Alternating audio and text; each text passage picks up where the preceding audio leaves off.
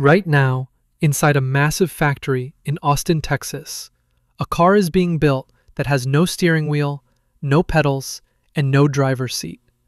Not a concept, not a prototype, a production vehicle. On February 17th, 2026, Elon Musk posted on X, "Congratulations to the Tesla team on making the first production Cybercab." And with that, the first Tesla Cybercab officially rolled off the production line at Gigafactory, Texas. Mass production begins this month, April 2026. And if Tesla pulls this off, the way you get around your city will never be the same. Let's start with the basics, because the Cybercab isn't just a new Tesla model. It's an entirely new category of vehicle. It's a two-seater with butterfly doors, a 35 kilowatt-hour battery pack, and 0 manual controls. You cannot drive it. That's not a bug, it's the whole point.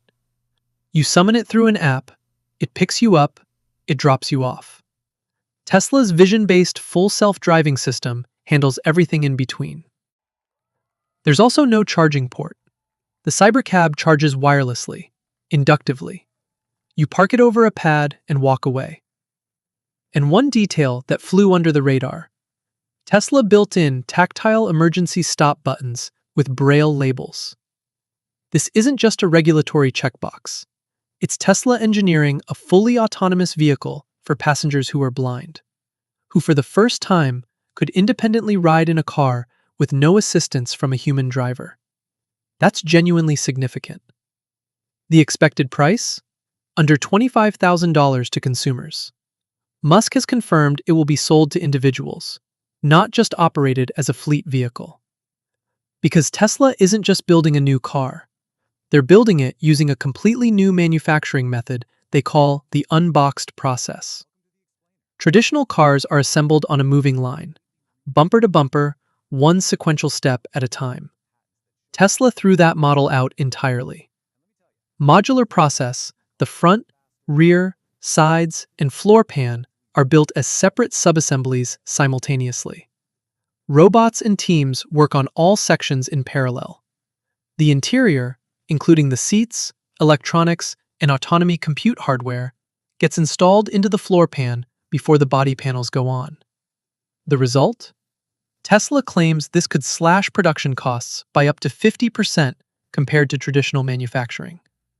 The target is one Cybercab every 10 seconds at full scale. And the evidence is piling up fast. In early March, drone pilot Joe Tegmeyer captured footage of 25 Cybercabs spotted across the Giga Texas property in a single day. The largest public sighting ever. 14 units parked outside the factory exit. 9 more at the crash testing facility. Others were literally driving themselves around the campus for dynamic testing.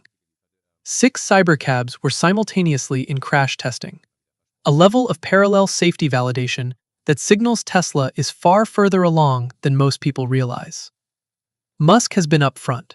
The early ramp will be, in his words, agonizingly slow. But the S-curve takes over. And once it does, he says it goes insanely fast.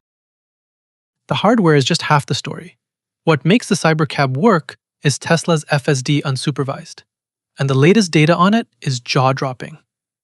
Back in January 2026, when Tesla removed human safety monitors from its Austin robotaxi fleet, the system was averaging around 200,000 miles between interventions.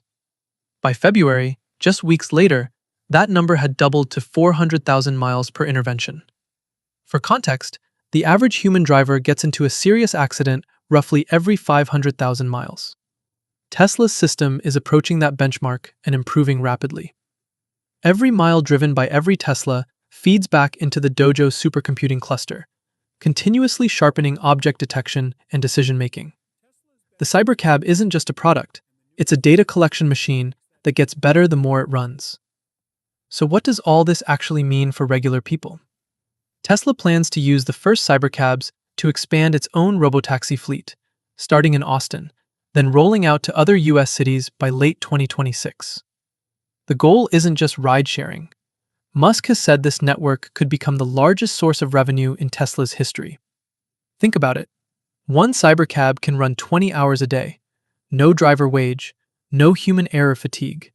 At a target ride cost of 5 to 10 cents per mile, it could undercut Uber and Lyft pricing dramatically.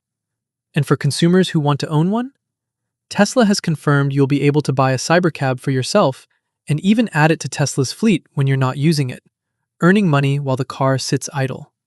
That's not a car, that's an asset. Long-term, Tesla's target is 2 to 4 million Cybercabs per year across multiple global gigafactories. The blueprint forged in Austin gets copied and deployed worldwide. Now, let's be real about what could slow this down. The Cybercab cannot legally operate on public roads until it clears federal safety standards. And here's the problem. U.S. motor vehicle safety regulations were written assuming cars have steering wheels and pedals. The Cybercab doesn't. Tesla will almost certainly need federal exemptions, similar to what Amazon's Zoox robotaxi received, and that process is not fast.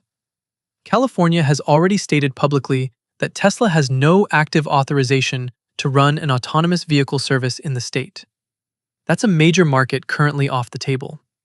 Texas is more permissive, which is exactly why Austin is the launchpad. But national scale requires national approval. The technology may be ready, the regulatory environment might not be. The first production Cybercab is built. The factory is ramping. The software is improving by the week. Whether this launches the autonomous revolution or gets tied up in regulatory red tape for years, that's the question. And the answer is coming fast. If you want to stay ahead of it, hit subscribe. We're covering every update as it drops. Drop a comment below. Would you ride in a driverless Cybercab? Or buy one? See you in the next one.